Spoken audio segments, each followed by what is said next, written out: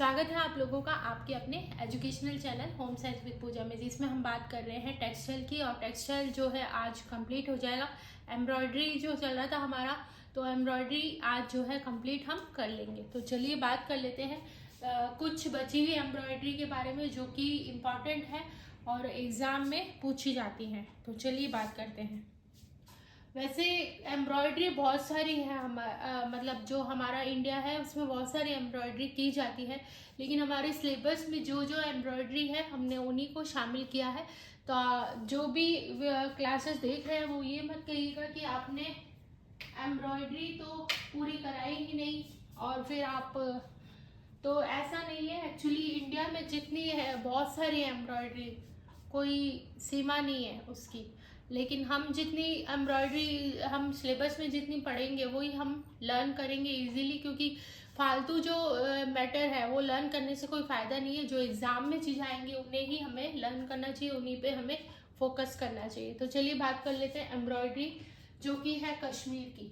तो ये कश्मीर की एम्ब्रॉयडरी है, ये हमने देखा अभी। और कशीदाकारी, कशीदाकारी क्या है? एक फारसी शब्द है जिसका मतलब होता है अर्थ मुक्त, अर्थ मुक्त प्रवाह। मतलब फारसी शब्द होता है कशीदाकारी। मुक्त प्रवाह का मतलब ये है कि हम जब एम्ब्रॉयडरी करते, कशीदाकारी करते हैं, तो धागों को अलग अलग तरीके से प्रवाह के रूप में कंटिन्यूअस रनिंग चलते हैं, हम रनिंग करते हुए हम जो एम्ब्रॉयडरी बनाते हैं तो उसे ही मुक्त प्रवाह कहा जाता है। जो कि यहाँ पर देखिए लिखा हुआ भी है, जो लगातार चल रही है, जो लगातार चल रही है उसी को हम क्या कहेंगे? मुक्त प्रवाह कहेंगे। इसको हम मुक्त प्रवाह वाली कशीदाकारी बोलते हैं, कशीदाकारी। जैसे कि इसमें एग्जाम्पल आपका आ जाएगा चेन स्टिच, चेन स्टिच,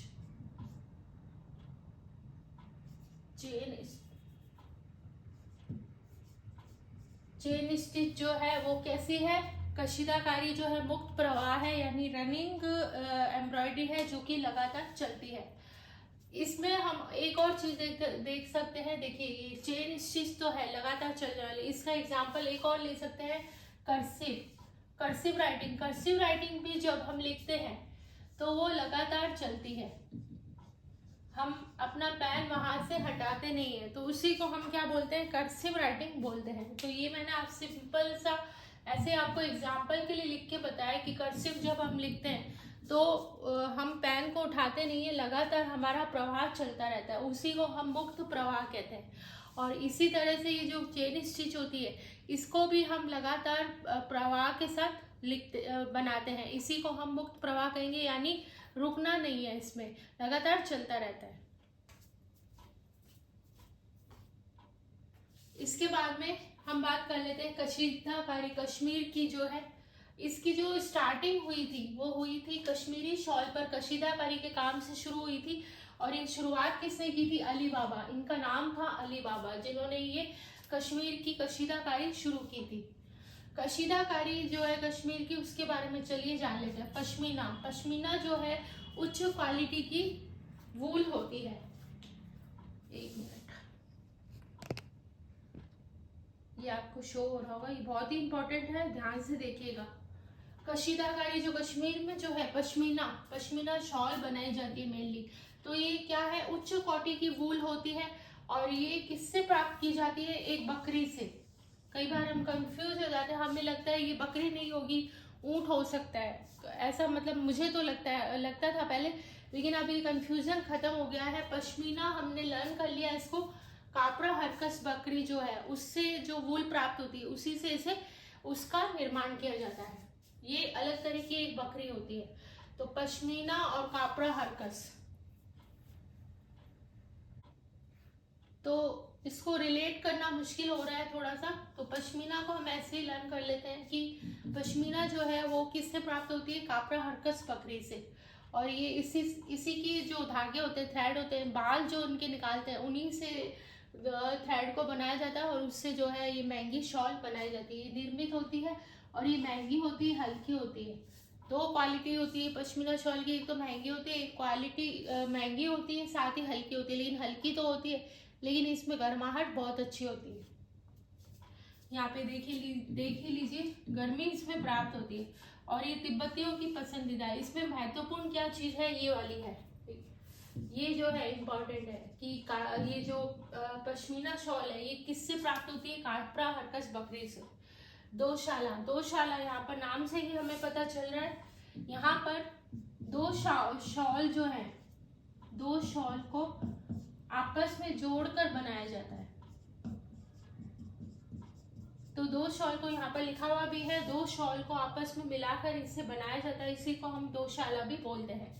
कसाबा क्या होता है, चौकोर आकार का शॉल होता है। ये क्या होता है, चौकोर आकार का शॉल होता है और ये यूरोपीय लोगों की फेवरेट होती है, यूरोपीय लोग जो है उनकी फेवरेट होती है।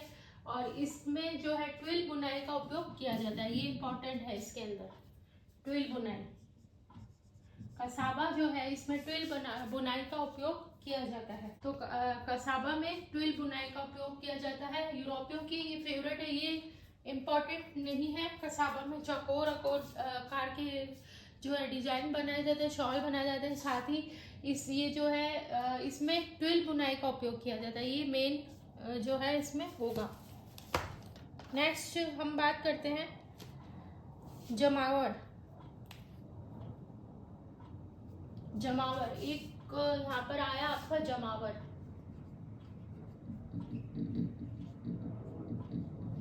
है, और ये जमावर कैसे बनाया जाता है,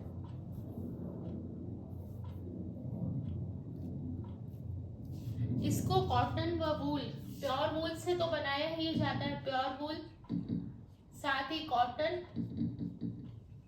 प्लस वूल, इनको मिलाकर भी इसे तैयार किया जाता है।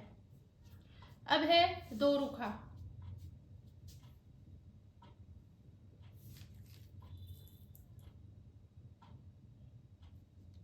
दो रुखा क्या है, इसमें दो रुखा गांठ वाली एम्ब्रॉयडरी जो है, स्टिच इसमें यूज की जाती है, गांठ स्टिच जो है इसमें उपयोग में ली जाती है। क्या ली जाती है इसमें, गांठ स्टिच यूज्ड, तो गांठ स्टिच जो है इसमें काम में ली जाती है।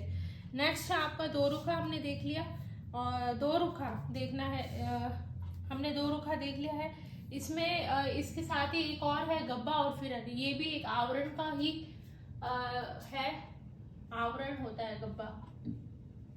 ये जो कश्मीरी लोग होते हैं वो ये वियर करते हैं गब्बा या फिरन जो है सर्दियों में, क्योंकि वहाँ तो हमेशा ही सर्दी रहती है। मैंने खुद इन्हें वियर करते हुए देखा है, मतलब इतना पूरा पैरों तक आता है, लंबा होता है काफ़ी, और ये कश्मीरी लोग जो है इसे पहनते हैं। हम जब कश्मीर गए थे हमने देखा था, नोटिस किया था कि ये लोग काफ़ी लंबा जो है इस तरह से गब्बा या फिरन जो है पहनते हैं। नेक्स्ट आपका दो रुखा हो गया, दोनों तरफ बनाया जाता है। दो रुखा जो है दोनों तरफ तो दो रुखा में गांठ वाली स्टिच भी काम में ली जाती है, और ये दोनों तरफ बनाया जाता है। दो रुखा में आगे और पीछे समान लगता है, स्टिच जो है सेम लगती है। इसके बाद में है चिकनदोजी जो है बारीक सुई का काम होता है इसमें, तो चिकनदोजी में बारीक सुई का काम होता है। ये सिर्फ थोड़ा थोड़ा है, एक एक दो लाइनें हर उसमें, तो वो हम देख लेते हैं एक बार। उम्मीद आपने इसका स्क्रीनशॉट ले लिया होगा। चिकनदोजी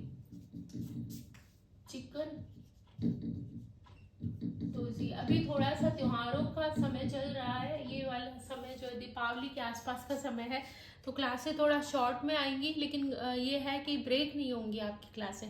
हो सकता है थोड़ा कंटेंट जो है कम हो, लेकिन ब्रेक नहीं की जाएगी, कंटिन्यूटी बनी रहेगी। दिवाली वाले दिन हम आपको बता देंगे, उससे पहले हम ब्रेक लेंगे दीपावली का, उसमें आपको बता देंगे। बाकी जो है बीच में जो है, जैसे कि थोड़े छोटे मोटे त्योहार चलते रहते हैं, सफाइयाँ वगैरह, लेकिन बीच में आपकी क्लास को ब्रेक नहीं किया जाएगा।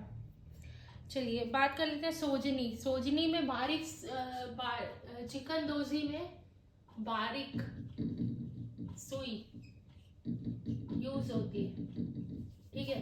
एक इसमें होता है इम्पोर्टेंट जो है वो बता देते हैं आपको, इसमें जो यूज इम्पोर्टेंट जो है वो है नमदा। नमदा को हम फेल्ट भी बोलते हैं। और ये क्या होता है, इसमें छोटे छोटे रेशो को मिलाकर, कैसे मिलाया जाता है, ताप दबाव की सहायता से इन्हें मिलाकर जो है ये नमदा बनाया जाता है। होता क्या है, जैसे ये हम वूल है, सिल्क है, ये सारे जो रेशे है, बस सिल्क में तो वेस्ट होता ही नहीं है क्योंकि खुद ही फिलामेंट होता है। बहुत फिलामेंट लंबा धागा होता है, 400 से 500 फीट तक इसकी लंबाई जाती है। तो छोटे जो स्टेपल फाइबर होते हैं उनमें जो है छोटे छोटे रेशे बच जाते हैं। तो इन रेशों को मिलाकर ताप और दबाव की सहायता से फेल्ट या नमदा तैयार कर लिया जाता है। तो ये क्वेश्चन लगातार कई बार पूछा गया है, ये वाला नमदा या फेल्ट वाला। तो ये आपको ध्यान रखना है, नमदा और फेल्ट। फाला जो है इसमें दोनों तरफ कढ़ाई होती है, फाला दोनों तरफ कढ़ाई, दोनों तरफ कढ़ाई फाला में यूज की जाती है।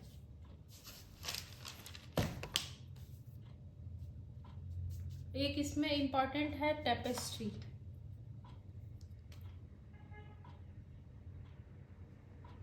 टेपेस्ट्री में एक ही चीज इंपॉर्टेंट है, टेपेस्ट्री। इसमें एक कैनवास यूज किया जाता है, कौन सा, दो सूता नामक कैनवास यूज किया जाता है। कौन सा कैनवास है ये, दो सूता। तो ये कैनवास इसमें यूज किया जाता है। और ये है आपका, हो गया है। तो गब्बा और फिरन हमने देख ही लिया था, ढीला ढाला सा फैब्रिक होता है जो कि ज़्यादातर आप देखेंगे कश्मीरी लोग इसको पहनते हैं, वियर करते हैं।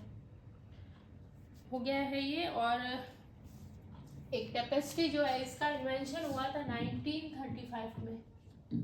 टेपेस्ट्री में तासूता नामक कैनवास यूज किया जाता है और 1935 में इसका इन्वेंशन किया गया। तो ये हमारी आज की क्लास जो है कंप्लीट हो गई है। और अब जो है टेक्सटाइल भी कंप्लीट हो गया है। अब नेक्स्ट क्लास जो आएगी वो आपकी आएगी प्रसार शिक्षा से रिलेटेड। कोशिश की जाएगी इससे और भी, जैसे इतने हमने सब्जेक्ट कंप्लीट किए उसी तरह से बाकी सब्जेक्ट, ये जो प्रसार शिक्षा, इसको भी इंटरेस्टिंग तरीके से पढ़े ताकि हमें लर्न हो जाए। तो एक बार इसको रिवाइज कर लेते हैं। चिकनदोजी हमने देखा, बारीक सुई इसमें यूज की जाती है। और इससे पहले मैंने आपको बताया था कशीदाकारी, आपको बताया था। तो कशीदाकारी क्या है, एक फारसी शब्द है जो कि अली बाबा के टाइम से शुरू हुआ था, इन्होंने इसे शुरू किया था। और इसमें मैंने मुक्त प्रवाह के बारे में आपको बताया था। तो इसमें एग्जाम्पल दिया था ये चेन स्टिच का दिया था, साथ ही कर्सिव राइटिंग जो कि लगातार प्रवाह चलता है, उसी को हम मुक्त प्रवाह कहते हैं। इसमें आपने ये देख लिया कश्मीरी शॉल और कशीदाकारी का काम जो है अली बाबा के टाइम से शुरू हुआ था। कशीदाकारी जो है कश्मीर में, और इसमें पश्मीना हमने देखा था, इसमें कापरा हरकस नामक बकरी से ये प्राप्त होती है। अच्छी किस्म की होती है ये, गर्मी इसमें प्राप्त होती है, हल्की होती है। दो शाला यानी दो शॉलों को जोड़कर मिलाया जाता है। कसाबा में चौकोर आकार की शॉल होती है और यूरोपीय लोग इसकी फेवरेट होती है। मेन इसमें ट्विल है, ट्विल बनाई यूज की जाती है। ये देख लिया हमने। और जमावर प्योर वूल या कॉटन से बनाया, कॉटन और वूल को मिक्स करके भी बनाया जाता है और प्योर वूल से भी बनाया जाता है। नमदा फेल्ट जो है वो छोटे छोटे रेशों को दबाकर ताप की सहायता से जो है बनाया जाता है, जमा कर बनाया जाता है। इसमें कोई स्टिच नहीं की जाती, फेल्ट में जमाया जाता है उनको और फिर बना लिया जाता है। तो चलिए आज की क्लास को यहीं पर एंड करते हैं। टेक्सटाइल हमारा कंप्लीट हो चुका है और अब नेक्स्ट हम बात करेंगे अब अगली क्लास में प्रसार शिक्षा के बारे में। तो चलिए क्लास को यहीं पर एंड करते हैं और इसी तरह से बने रहिए आपके अपने educational channel home science with Pooja में, जिसका मूल मंत्र है ऑलवेज सक्सेस। अब मिलते हैं नेक्स्ट क्लास में प्रसार शिक्षा के साथ। Thank you so much.